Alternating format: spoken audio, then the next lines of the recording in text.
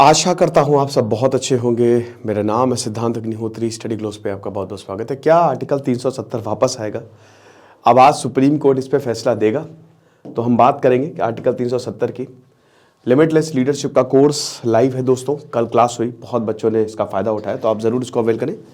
सिर्फ 300 रुपये का है। ओके, तो यहाँ पे अगर हम आर्टिकल 370 की बात करें तो 5 अगस्त 2019 में आपको पता ही है कि आर्टिकल 370 हटा दिया गया था, 370 और 35A। अब बेसिकली ये दोनों आर्टिकल जो हैं वो जम्मू कश्मीर की नींव थे। मुझे ऐसा लगता है, मैं मतलब बहुत ज़्यादा 370-35A के फेवर में नहीं था, ठीक है, मतलब मेरा पर्सनल जो है। और यहाँ पे जो संविधान है उन्होंने, अब देखिए ये बड़ा कंट्रोवर्शियल डिसीजन रहा है क्योंकि जम्मू कश्मीर का अलग संविधान है। आपको पता ही है कि जब राजा हरि सिंह जो है उन्होंने कह दिया था कि हमको तो आज़ाद रहना है ना। राजा हरि सिंह को जैसे ज़्यादा कुछ खास पब्लिक से पड़ी नहीं थी, मतलब उनको कुछ पब्लिक से लेना देना था नहीं, to be very frank. In fact जब भारतीय सेना ने इन्वेड किया था ना, सामान लेकर भाग गए थे वो।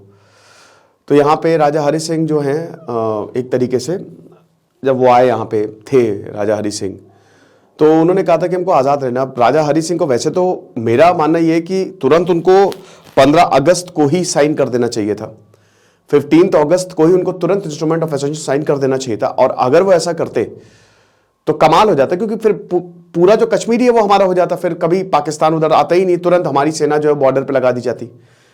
बट वो एक बहुत बड़ी गलती हुई, 1 साल जो वेट किया, तो फिर खैर छोड़िए। तो अब उसके बाद फिर कश्मीर जो है जब इंस्ट्रूमेंट ऑफ एसेशन साइन किया उसके तुरंत बाद कश्मीर में 370 इंट्रोड्यूस किया गया। जम्मू कश्मीर में उनकी मतलब पूरी कंस्टिट्यूएंट असेंबली बैठी और 370 जो है वो इंट्रोड्यूस किया गया, 35A लाया गया, 35A। और 2019 में इसको जो है वो हटा दिया गया और Jammu and Kashmir reorganization act फिर उसके बाद लाया गया। तो ये पूरा का पूरा ऑर्डर 2019 का। अब सरकार जो है उसने ये कर दिया, लेकिन बहुत लोगों ने ये बोला कि ये तो गलत है, इसमें रीऑर्गेनाइजेशन मतलब स्टेट को दोबारा रीऑर्गेनाइज कराओ। पहले एक राज्य था भाई, सीटें थी, 87 सीटें थी, लेकिन अब 2 यूनियन टेरिटरी हो गई हैं, एक लद्दाख की यूनियन टेरिटरी ये और एक जम्मू कश्मीर की यूनियन टेरिटरी। अब इसमें होगी लेजिस्लेटिव असेंबली, विधानसभा, इसमें खाली गवर्नर होगा। तो अब 370 को अगर समझना है तो आपको पता ही है कि स्पेशल स्टेटस था ये जम्मू एंड कश्मीर को। स्टेट असेंबली क्योंकि विधानसभा थी तो अपने कानूनी आराम से बना सकते हैं, सेपरेट लॉ थे। सिटीजन जो थे, सबसे बड़ा यही था कि एक तो जो बाहर के लोग थे वो यहाँ पे आके कोई लैंड परचेज नहीं कर सकते थे। वैसे ये ज्यादातर जो बॉर्डर या पहाड़ी स्टेट्स हैं, ज्यादातर अगर आप देखो ना तो ये प्रावधान है कि बाहर के लोग जो है, और ये ठीक भी है एक तरीके से, वो लैंड परचेज नहीं कर सकते। और सेंटर जो है वो financial emergency, basically defence, communication और आपका फॉरेन अफेयर्स, यही सेंटर के पास था, ठीक है।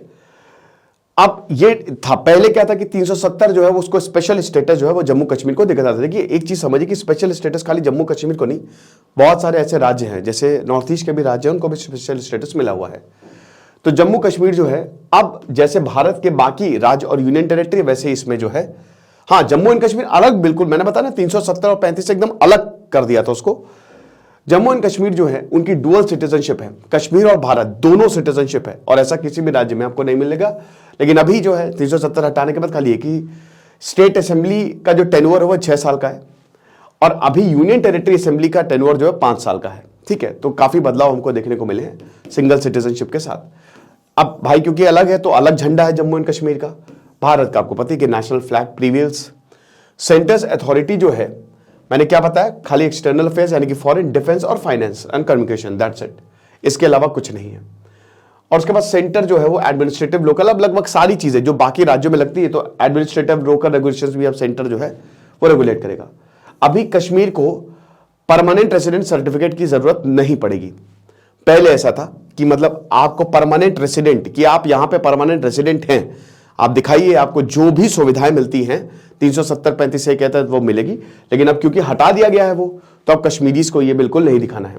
जो जम्मू एंड कश्मीर के बाहर के लोग हैं वो अभी, जैसे सिद्धांत अग्निहोत्री अगर चाहें कि कश्मीर में 2019 से पहले वो सेटल नहीं हो सकते थे, लेकिन अब कोई भी भारतीय जो है वो कश्मीर में सेटल हो सकता है। नॉन रेसिडेंट जो है, ठीक है, जो वहां पे रहते नहीं है, वो कोई भी लैंड एक्वायर नहीं कर सकते थे, ना ही खरीद सकते थे। अभी कोई भी प्रॉपर्टी जो है आप कश्मीर में खरीद सकते हो।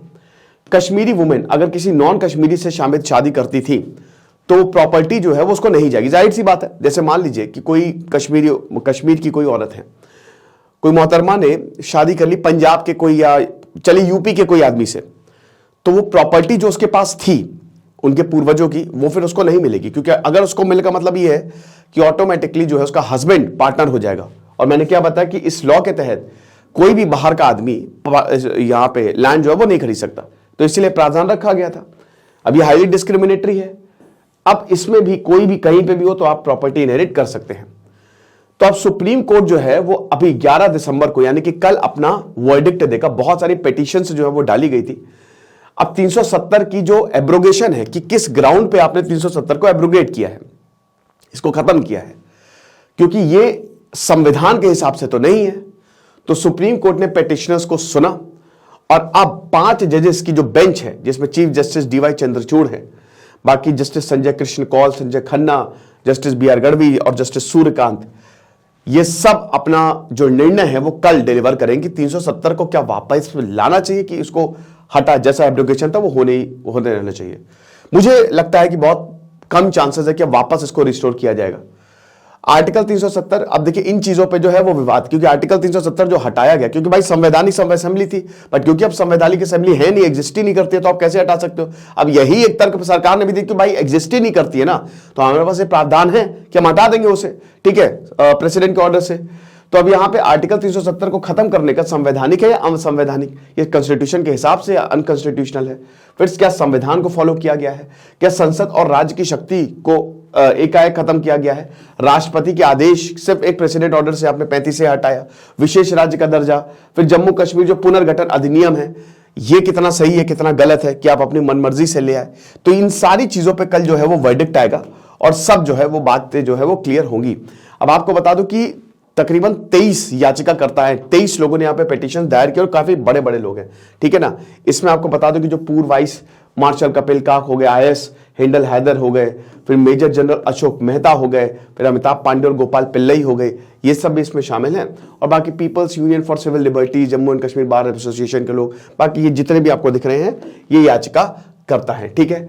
तो अब क्या क्या चेंज हुआ है वो तो कई बार मैं बता ही चुका हूं, क्योंकि सबसे पहले तो जम्मू एंड कश्मीर कैडर अब रहा नहीं, अब इनको बाकी कैडर AGMUT, मतलब इसमें Arunachal Pradesh, Goa, Mizoram and union territory, ठीक है, तो इन्हीं के साथ अब इनको, यानी कि जम्मू एंड कश्मीर का जो सेपरेट कैडर था वो अब नहीं रहा, उसको खत्म कर दिया गया है।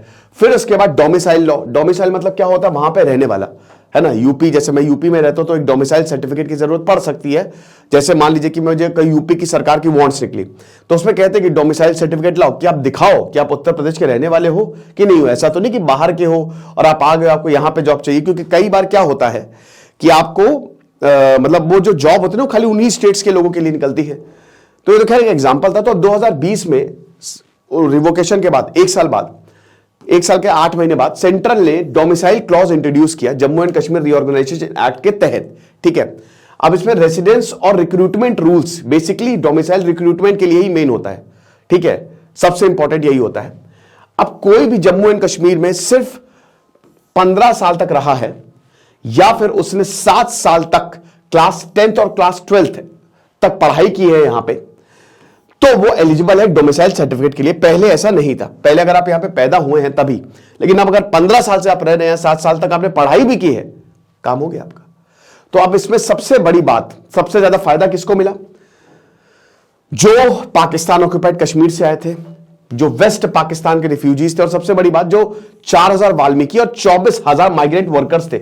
ये हमेशा कहते हैं कि हमने कश्मीर को साफ किया, कश्मीर की गंदगी को साफ किया। गंदगी मतलब जो बहुत ज्यादा गंदा, युद्ध के बाद जब युद्ध तो हो जाता है, चीजें खराब हो जाती है, लेकिन उसके बाद जो गंदगी फैलती है ना, वो यही हमारे सुपर हीरो साफ करते हैं। तो अब ये कहां जाएंगे, इनको ज्यादा कोई राइट्स नहीं थे, तो इसके तहत इनको राइट्स मिले कि अब यहां पे ये आपका अधिकार है, आप यहां पे जो है वो रह सकते हो। अब उसके बाद परमानेंट रेसिडेंट सर्टिफिकेट जो पहले इशू किया जाता था वो है नहीं, तो अब यहां डोमिसाइल लॉ चेंज किए गए। तो वहां के लोगों ने बोला कि भाई डेमोग्राफिक चेंज जो है वो आने लगेगा, मतलब जो यहां पे रहते हैं उनको हटा के बहुत सारे बाहर के लोग इसमें आने लगेंगे, जिनका ज्यादा यहां पे कोई वास्ता नहीं है, ये बोला गया।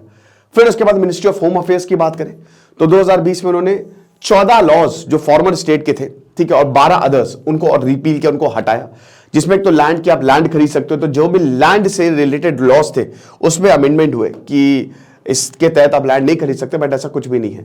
आईपीसी पहले रणबीर जो पीनल कोड चलता था यहां पे, इसको हटा के अब आईपीसी जो है इंडियन पीनल कोड, क्योंकि भाई जो पूरे भारत में चल रहा है वो यहां पे चलेगी। फिर जैसे ऑटोनोमस डेवलपमेंट काउंसिल है, ठीक है, autonomous district council north east में, वैसे यहां पे डिस्ट्रिक्ट डेवलपमेंट काउंसिल जो है वो इंट्रोड्यूस की गई। अब जितनी भी पार्टीज थी सबने इसमें भाग लिया, और तो BAGT people's alliance for Gupkar declaration, ठीक है, वो इसमें यहां पे जो है एक पूरा कोलिशन बना। तो ये भी 2020 में प्रॉपर एक डिस्ट्रिक्ट को डेवलप करने के लिए डिस्ट्रिक्ट काउंसिल जो है बनाएगी, और डिलिमिटेशन जो अभी हुआ है बेसिकली, ठीक है। अब डिलिमिटेशन मतलब सीटों का बंटवारा, इसमें थोड़ी सीटें बढ़ाई गई, 83 थी और अभी जो है वो 90 की गई हैं। तो ये सारे चेंजेस जो है वो इंट्रोड्यूस किए गए अगर हम कश्मीर की बात करते हैं, ठीक है। बाकी स्टेट इन्वेस्टिगेशन एजेंसी बनाएगी, और यहां पे जो स्टेट कमीशन है उसको भी खत्म किया गया, ठीक है, जो स्टेट ह्यूमन राइट्स कमीशन है। तो ये सारी के सारी चीजें चेंजेस हुई, और अब देखेंगे आखिर क्या होता है, कल जो डिसीजन है वो किसके फेवर में आता है। दिस इज सिद्धांत अग्निहोत्री साइनिंग ऑफ।